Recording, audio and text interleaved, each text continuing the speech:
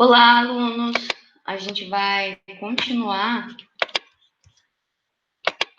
o nosso conteúdo, certo? Na aula passada, a gente conversou e falou sobre o tratamento de esgoto, que a gente falou que o esgoto é uma água que recebeu impureza, que passou por um processo industrial, ou até mesmo que saiu das nossas casas. E quando o esgoto, de um modo geral, a gente tem alguns tipos de tratamento e níveis, certo? Então, na aula passada eu falei do nível preliminar, que é um processo, unidades de tratamento que passam por processos basicamente físicos, como a grade por exclusão de tamanho, a caixa de areia por sedimentação. E ele visa, nesse nível, remover sólidos grosseiros, até mesmo resíduos sólidos de maior tamanho e areia. No tratamento primário, que é o nível primário, ele já visa remover sólidos em suspensão, que são sedimentáveis. Então, ele utiliza decantadores, que podem ser retangulares, outros circulares, para sedimentar esses sólidos, certo? Na próxima etapa, a gente tem o tratamento secundário, ou nível secundário, que é basicamente um tipo de tratamento que visa remover aquilo que às vezes é uma fração que já não é mais sedimentável, que está solubilizada, dissolvida na água. Mas não que não tenha partículas suspensas na água, né? E aqui, então, o meu objetivo é remover material orgânico. O que é matéria orgânica? Tudo aquilo que pode ser degradado, né? Então, aqui eu vou utilizar tratamentos biológicos. Então, vou utilizar das próprias bactérias e micro-organismos para poder remover essa DBO aqui, que é matéria orgânica, certo? Então, aqui eu vou utilizar várias tecnologias. Aqui eu dei o exemplo de lagoas, que eu mostrei para vocês, aeróbica, facultativa. O desativado, que eu coloco um processo de aeração.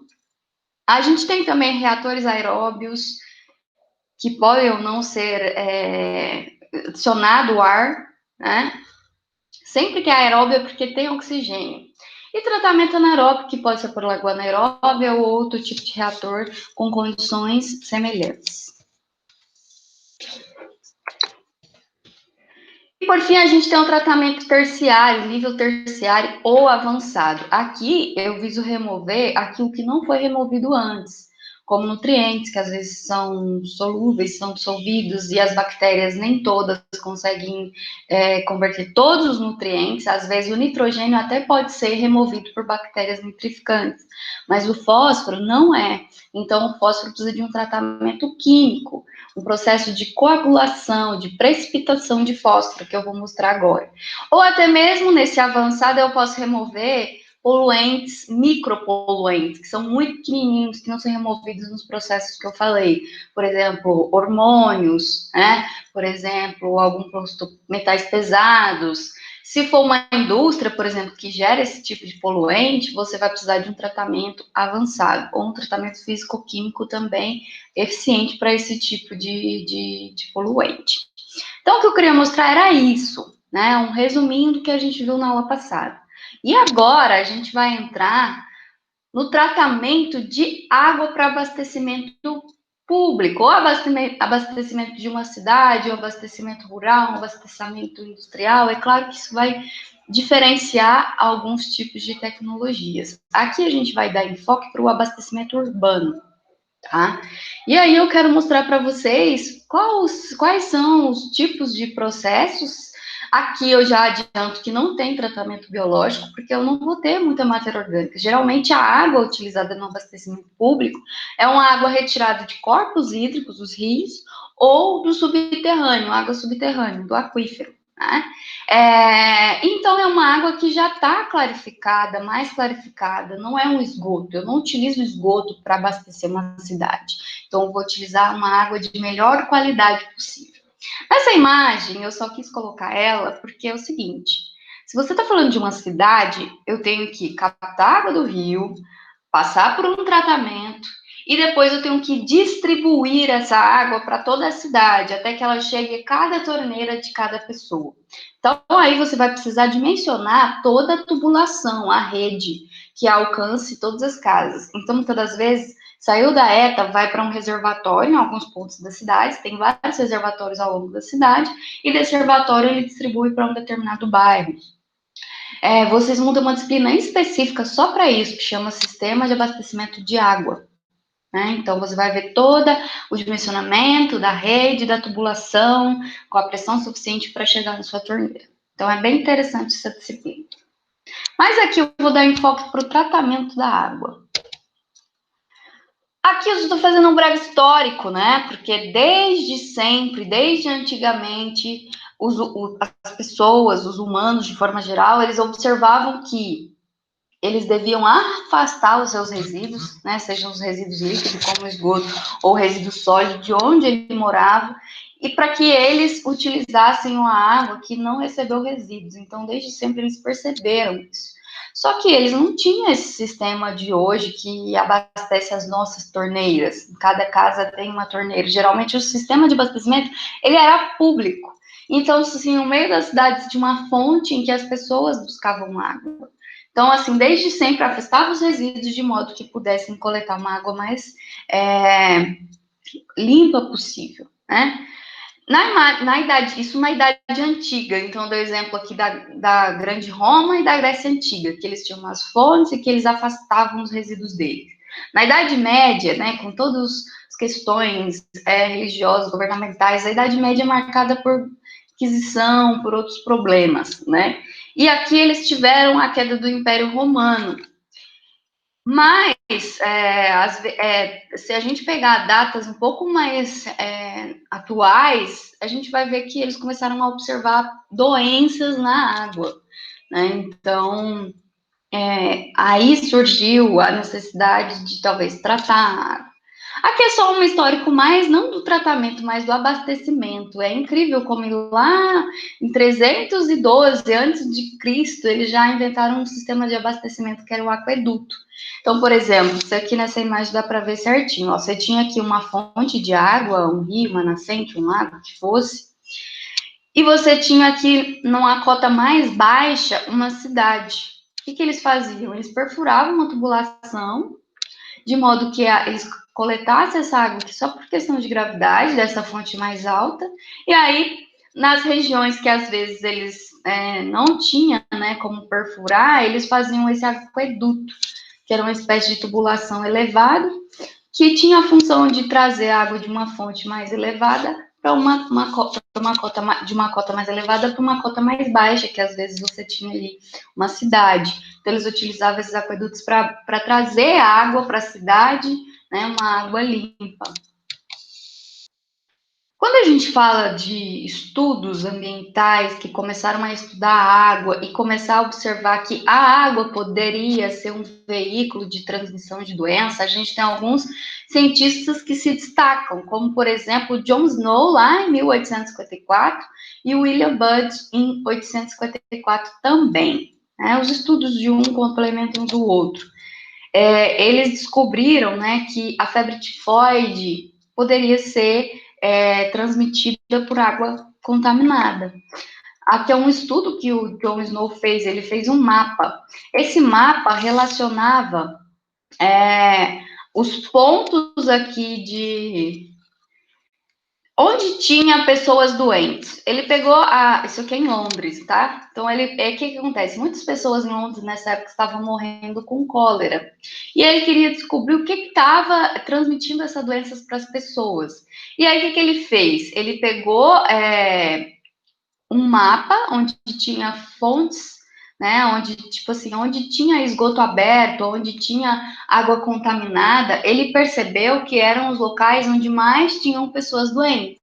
Ou seja, ele fez uma relação direta de água contaminada com pessoas doentes. Logo, ele descobriu que a água poderia ser um veículo de doença.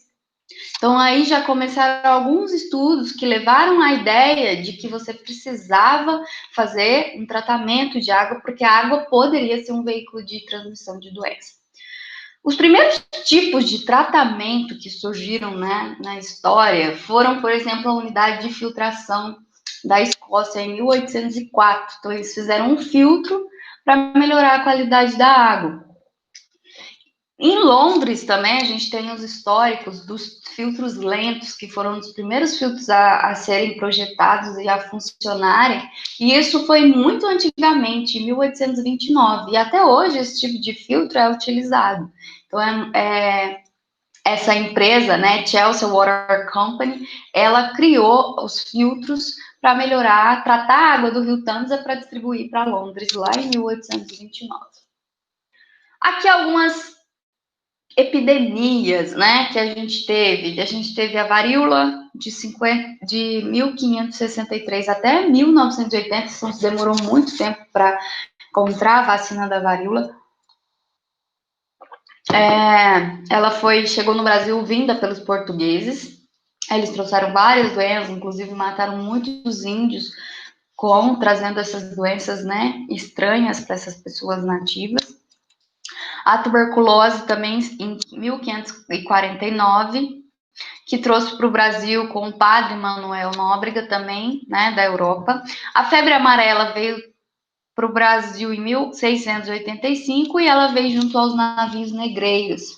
E a dengue surgiu em 1986 e até hoje é um problema de saúde pública no Brasil. Né? Por que eu estou trazendo isso? Porque a gente sabe que doenças como essas que eu falei, estão diretamente relacionadas com a falta de saneamento. Então, se você tem um rio contaminado com esgoto, que pessoas doentes lançaram seu esgoto ali, e tem outras pessoas coletando essa água e utilizando, sei lá, para irrigar uma alface ou bebendo diretamente, as doenças serão transmitidas para essas pessoas. A água, né, ela tem ali, junto ao ciclo de vida de muitos desses protozoários, bactérias, desses micro-organismos que transmitem essas doenças, ela serve como um ciclo. Então, se pessoas doentes fez suas fezes e chegou naquela água, aquela doença se mantém ali e outra pessoa pode se contaminar. Por isso que saneamento básico, locais que não tem saneamento básico, você tem esgoto a céu aberto, você tem lixo a céu aberto, existe uma relação direta com essas pessoas estarem doentes, certo? Falta de higiene, falta de saneamento leva à transmissão, né, de doenças. Aqui, só para vocês lembrarem, vocês devem ter visto isso, eu nunca esqueço dessas imagenzinhas que eu via lá na quarta série do primário, os meus livrinhos traziam essas imagens, essas explicações, eu adorava. A dengue não é exatamente ligada, né, com fezes, mas com água parada. Então, se você jogou lixo num lote baldio, um resíduo que é plástico, que não degrada, chegar a época de chuva, ele vai acumular água e vai proliferar dengue. Dengue até hoje não foi erradicada no Brasil. Por quê? Porque a gente tem lixo nas ruas, porque a gente tem lixo a céu aberto, né? Infelizmente. Aqui, os principais meios de transmissão de doença pode ser a água. A água, muitas das vezes, é utilizada para irrigação de hortaliças, então a doença passa por hortaliça, então você pode comer o alimento contaminado. Você pode usar a água diretamente e pode estar contaminada. E isso vai entrar em contato com as pessoas e transmitir as doenças. Que tipo de questão é preocupante no aspecto de saúde pública para a população? Quando eu falo saúde pública, é justamente a erradicação de doenças. Então, aqui a gente ainda tem algumas doenças que são características de vinculação hídrica, de água contaminada, como a amebise, cólera, verminose, a dengue, de certa forma, a febre amarela e a giardia. Todos esses são, muitas das vezes, vinculados a uma contaminação fecal, certo? Então, se a água recebeu esgoto, né, ela pode transmitir essas doenças. Então, a gente já viu, né, que a água pode ser um veículo de transmissão e que eu não posso fazer uso de uma água sem ter certeza que ela é segura do ponto de vista microbiológico, que ela não tem micro-organismos que vão causar essas doenças que eu falei. Por isso é necessário que essa água passe por um tratamento para que remova esses sólidos, essa sujeira, de certo modo, e que também elimine esses micro-organismos de forma que essa água se torne potável. Potável significa que ela é segura do ponto de vista para o meu consumo, que ela não vá me transmitir doenças, certo? Então, quando a gente fala do tratamento de água, geralmente eu pego essa água para ser tratada de rios, água superficial. Então, a água superficial, por mais que ela tenha recebido algum tipo de contaminação, ela é diluída, não é um esgoto bruto. Então, geralmente, o tratamento aqui vai ser similar ao terciário do esgoto. Lembra que o esgoto passou pelo preliminar, primário, secundário? E o terciário do esgoto é similar ao tratamento de água, certo? Por quê? Porque aqui é como se eu tivesse pegado uma água que já está livre das impurezas, que foi removida até o nível secundário do tratamento de esgoto. Então, o que é o tratamento aqui? Físico-químico, né? O que geralmente eu faço aqui? Eu vou ter praticamente essas etapas em um tratamento que a gente chama de convencional, que é o mais comum, que é o feito no Brasil inteiro, é esse tratamento com essas etapas aqui. Eu vou utilizar um produto químico para que ele promova uma coagulação entre as partículas. Digamos assim, você tem ali na água, imagina que você pegou uma água de rio. Muitas das vezes, mais que você deixe aquela água ali para sedimentar os sólidos suspensos na água, eles não vão sedimentar, porque eles são partículas pequenas que não tem tamanho suficiente para sedimentar e muitas das vezes ela está estável quimicamente, então ela não tende a interagir umas com as outras, ou seja, elas não se agrupam, não se aglutinam, porque se elas se aglutinassem, elas aumentariam de tamanho, de densidade e poderiam sedimentar. Só que naturalmente isso não acontece. Ai, os cachorros. Opa.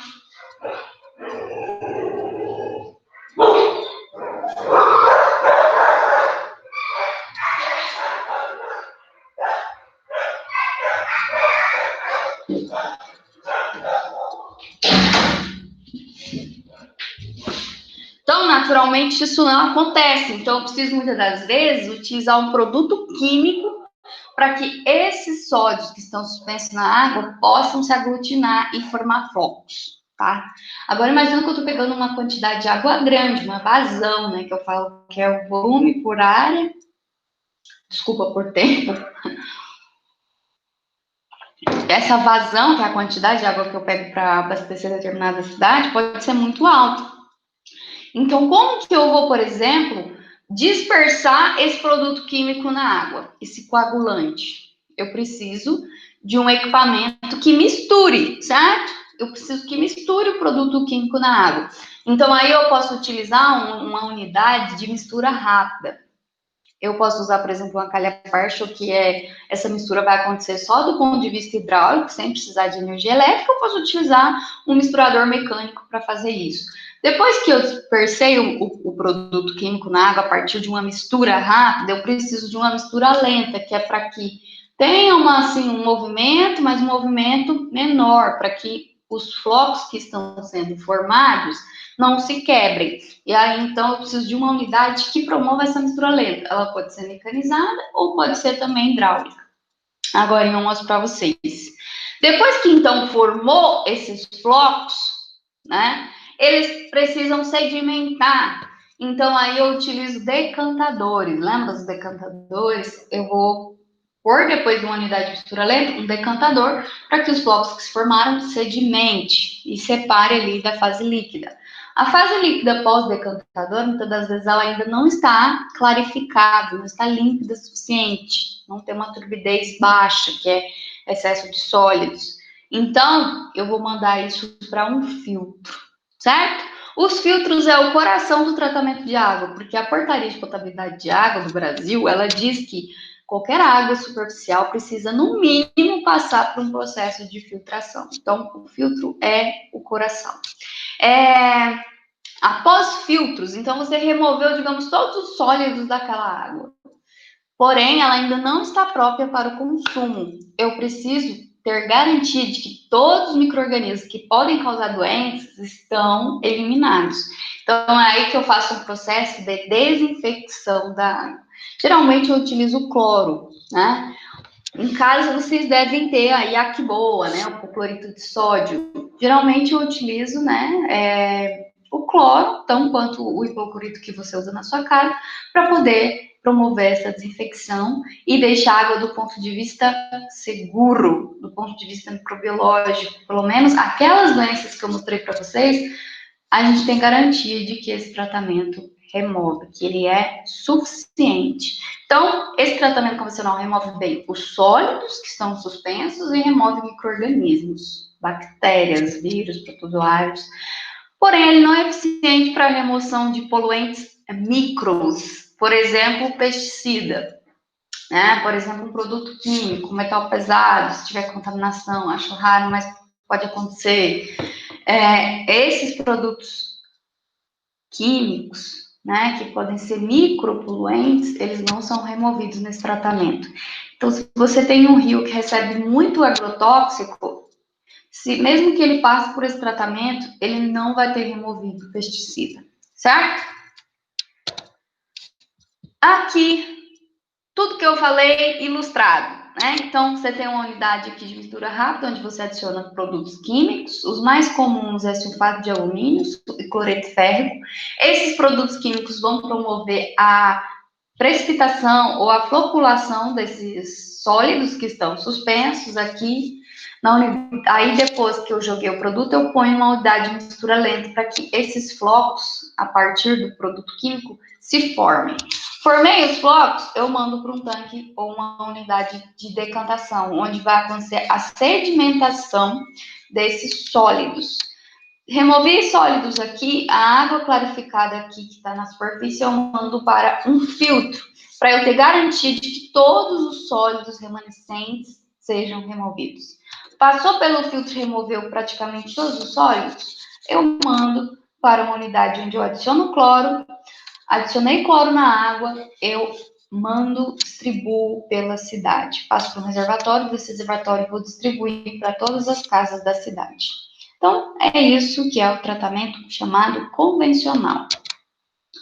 Aqui, só para vocês terem uma noção do que é a coagulação, aqui eu estou mostrando sólidos que estão presentes na água. Esses sólidos podem ser uma bactéria, pode ser solo, pode ser argila, pode ser um protozoário, pode ser N coisas. Não tem condição de eu ficar fazendo análise de uma bactéria, de um protozoário. Então, geralmente, eu meço essas impurezas em tamanhos, em sólidos. Então, tem análises que vão me dizer se esse sólido tem tamanho suficiente para ser suspenso. Geralmente, aí, 1 micrômetro acima eu considero suspenso.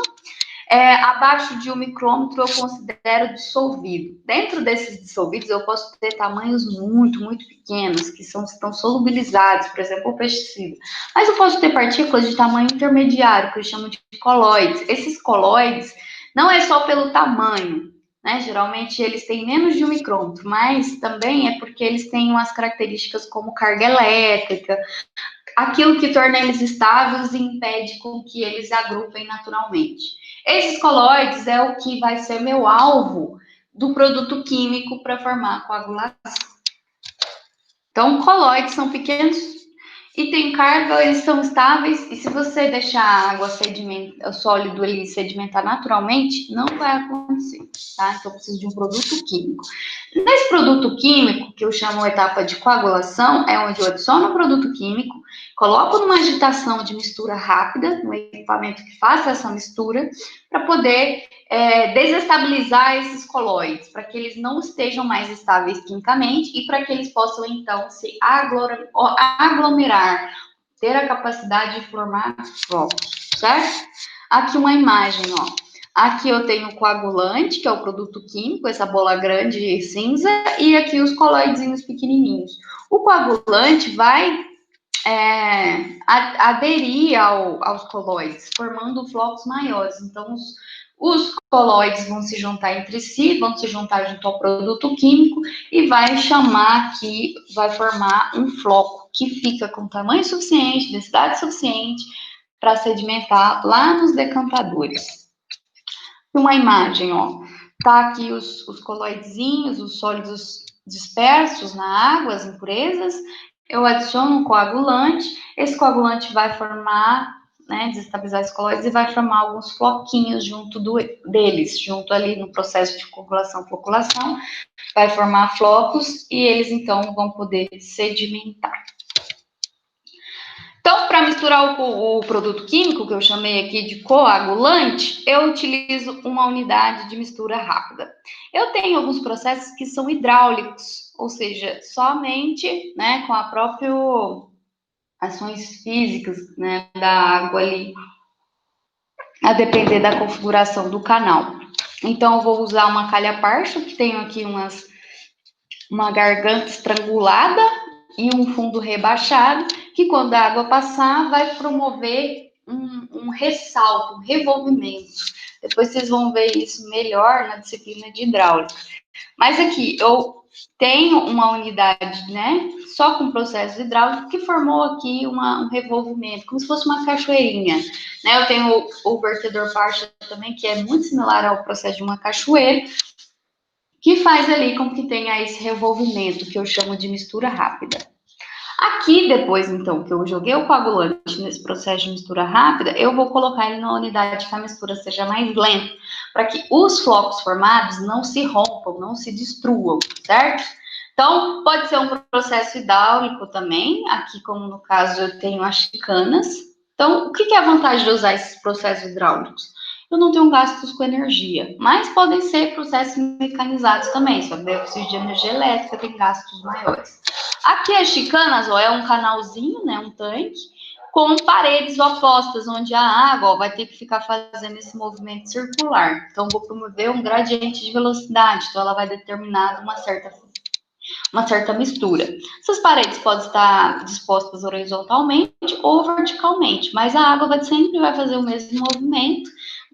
Tendo esse movimento, os flocos têm um maior contato entre si, então eles podem aumentar de tamanho com isso. Aqui os processos mecânicos, ó, pode ser agitadores mecânicos, eu vou usar agitadores para promover a mistura rápida também. Então, uma bomba ali com uma paleta que mistura água. Ou posso ter, para floculação, essas paletas rotativas aqui, né, que são mecânicas, mas que também proporcionam essa mistura lenta. Tem ensaios que eu faço, ensaios de bancada, que é um equipamento chamado de air test, que eu posso simular as condições de mistura, quantidade de coagulante, dosagem de coagulante, é bem interessante. Então, geralmente eu faço esse de bancada para poder levar a dose perfeita, o pH perfeito para uma escala real. E aí, então, formou flocos, eu quero que eles o quê? Sedimentam. Então, vou pôr o quê? Um decantador. Os decantadores, geralmente utilizados no tratamento de água, não são circulares, são retangulares, mas têm a mesma função. Os flocos sedimentam e ficam no fundo, viram lodo, né? Se tornam o que a gente chama de lodo. O lodo é removido e a água clarificada fica na superfície e é coletada ó, por calhas de coleta bem aqui na superfície. Então, todas essas tubulações que vocês estão vendo aqui, ó, elas estão coletando água clarificada e depois que é coletada nessa tubulação, ela é enviada para os filtros. Os filtros, que é a próxima etapa, geralmente ele é formado por um material filtrante, uma camada que geralmente eu utilizo ou areia, ou cascalho, ou brita. Geralmente no tratamento de água eu utilizo areia. Esse filtro pode ter uma camada de um tipo de material, pode ter dupla camada com 2 materiais, ou pode ter até múltiplas camadas, de 3 acima. Os filtros removem turbidez. O que é turbidez? É uma análise indireta que eu faço para estimar os sólidos que estão suspensos na água. A cor é a quantidade também, né? Quando eu meço ali por absorção, a quantidade indireta de sólidos, tanto suspensos quanto dissolvidos. Eu tenho também uma boa remoção de ferro, sabor, de odor e remoção muito boa também de bactérias. Então, o que não foi removido antes, coagulação, floculação e decantadores, tem que ser removida aqui nos meus filtros. A água no filtro pode entrar de cima para baixo ou de baixo para cima. Então, é o tipo de fluxo. descendente, de cima para baixo, ou ascendente, baixo para cima. Enfim, vocês vão ver isso muito melhor lá no tratamento de água, na disciplina específica. Aqui, então, depois dos filtros, removi o que poderia ali, por exclusão de tamanho, a sujeira que for maior que o poro vai ficar retida ali no filtro. Então, removi boa parte ali no filtro. Agora, eu só preciso garantir que eu matei, que eu eliminei de alguma forma os micro-organismos. Imagina agora na época de pandemia, você lavou a mão, você removeu todo o sólidos, a sujeira da mão. Só que, para garantir que não tem bactéria, você tem que usar o quê? O álcool em gel. É mais ou menos isso que acontece aqui. Removi os sólidos, removi a sujeira grosseira, mas para ter certeza que eu matei micro-organismos, eu preciso fazer desinfecção. Como eu disse, pode ser usado produtos químicos, mais utilizado é o cloro aqui no Brasil, mas pode ser um processo físico também, por exemplo, o calor. Imagina que você está no meio do mato, você não tem água potável no meio do mato, mas aí você pega a água do rio e faz o quê? Ferve. O calor, né, proporcionado ali na fervura, ele também é desinfetante, só que ele não deixa residual. Então, aquela água vai estar segura, né, até um certo período depois que você ferveu. Se passar muitos dias, pode crescer bactérias novamente ali. Então, posso usar o calor, raios solares. Hoje em dia é muito utilizado radiação ultravioleta. Então, você tem umas lâmpadas com alta radiação ultravioleta, e a radiação ultravioleta destrói, né, os micro-organismos, as paredes celulares, então afeta aqueles micro-organismos de forma que eles não possam reproduzir, que eles não possam procriar, que eles não possam causar danos à nossa saúde. Na época, você tem uns tanques subterrâneos, esses cilindros aqui na imagem, ai meu Deus, peraí. Aqui, ó. São tanques subterrâneos onde a água vai ter contato com o cloro gás. O cloro gás está dentro desses cilindros, o cloro gás vai entrar em contato com a água, vai liberar o cloro ativo, que é o que vai eliminar, não elimina, mas inativa os micro-organismos. Depois disso, a água é encaminhada para reservatórios. Geralmente eu deixo uma quantidade pequena extra de cloro na água para que, mesmo quando ela passar por reservatórios, pela tubulação até chegar na sua torneira, tenha garantia de que ela não se recontaminou. Então eu sempre deixo uma quantidadezinha de cloro. Geralmente, quando você abre a água, se você toma um medicamento, você bebe, você pode sentir o cheiro do cloro. Então, sim, o cloro é deixado em uma pequena quantidade, mesmo depois que eu fiz a desinfecção, para garantir que essa água não vai ser recontaminada, certo? Então, você tem os reservatórios, aí então por processos de gravidade ou bombeamento, eu vou distribuir isso para todas as casas da cidade, certo? Aqui algumas imagens da tubulação que está levando essa água para a cidade. Para os bairros, para os reservatórios, até nas suas torneiras. Então, eu chamo isso de sistema de abastecimento de água. Toda essa tubulação que leva água tratada até as casas. E, como eu disse para vocês, esse tratamento que eu mostrei, que é o chamado convencional, ele não remove micropoluentes, como pesticidas. Eu falo muito de pesticida porque é o que mais tem nas nossas águas brasileiras, né? Como temos a agricultura como um dos principais usos do nosso solo, choveu, parte desses pesticidas são carregados para os rios. Esses rios são utilizados para abastecer cidades. Então, por exemplo, não removi pesticida com esse tratamento. O que eu faço, então, para remover? Tratamento avançado. Lembra que eu mostrei para vocês na aula passada as membranas, o carvão ativado? Então, eles sim podem remover esse tipo de poluente. Então, posso utilizar eles aqui também. Então, eu posso usar esse tratamento avançado para transformar esgoto em água potável, transformar água do mar em água potável e para também remover esses micropoluentes da água que eu quero beber. A gente sabe que pesticida não mata do dia para a noite, não causa uma doença grave em curto prazo, mas ao longo do tempo, esses contaminantes vão ficando acumulados no nosso corpo.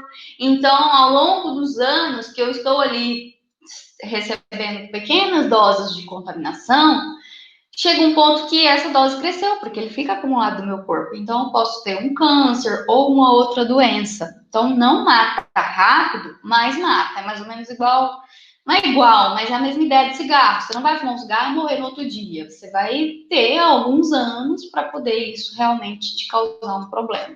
Então, são o que a gente chama de doenças crônicas. Então, essas doenças que demoram um certo tempo para serem manifestas. Então, esses tratamentos avançados eu posso utilizá-los para remover pesticidas, hormônios, fármacos, como antibióticos, todos eles podem causar algum dano na nossa saúde a longo prazo. E era isso, então, né, que eu tinha para mostrar aqui com essa aula de tratamento de água. Eu havia marcado para vocês uma prova dia 2, mas não vai dar para a gente fazer nessa data, eu vou adiar para dia 9, porque sexta que vem eu não vou conseguir dar aula. Então, todas as aulas que eu mandar essa semana vão ser gravadas. Mas vocês fiquem à vontade para tirar dúvidas comigo, eu vou deixar um fórum de dúvidas lá no Moodle, que vocês podem deixar suas dúvidas. Vocês podem mandar mensagem para mim no WhatsApp, pode mandar lá no grupo se tiverem dúvidas.